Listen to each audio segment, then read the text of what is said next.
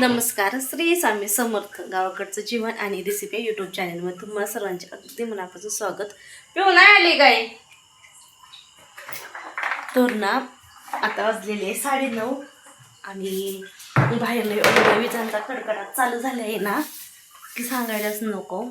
वर स्लॅपवर झोपायला गेलेलो होतो, पुन्हा खाली आलो आणि मग आता ना लाईट आलेली 9 वाजून गेल्या. 9 वाजता पुन्हा गेली. मला आता चला बाहेर एवढं वातावरण पावसाळ्यात झालं, विजा चमकत्या. उद्या जर पाऊस आलाय दिवस लाईट जर गेली तर शेंगा उकडायच्या तशाच राहतील.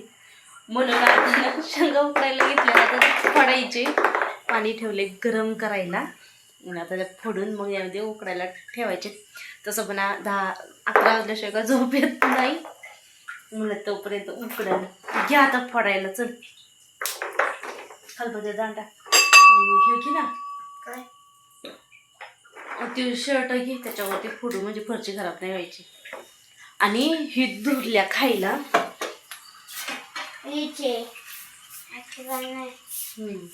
किती वाजल्यात काय, रात्रीभर फक्त खायला पाहिजे नाही काहीतरी बनवून ठेवलेलं लगेच खायला लागत.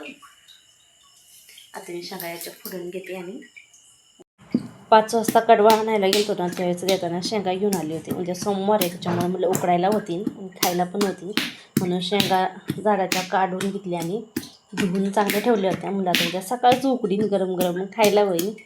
अचानकच वातावरण असं पावसानं झालं त्याच्यामुळे म्हणलं चला आता उकडून ठेवावा.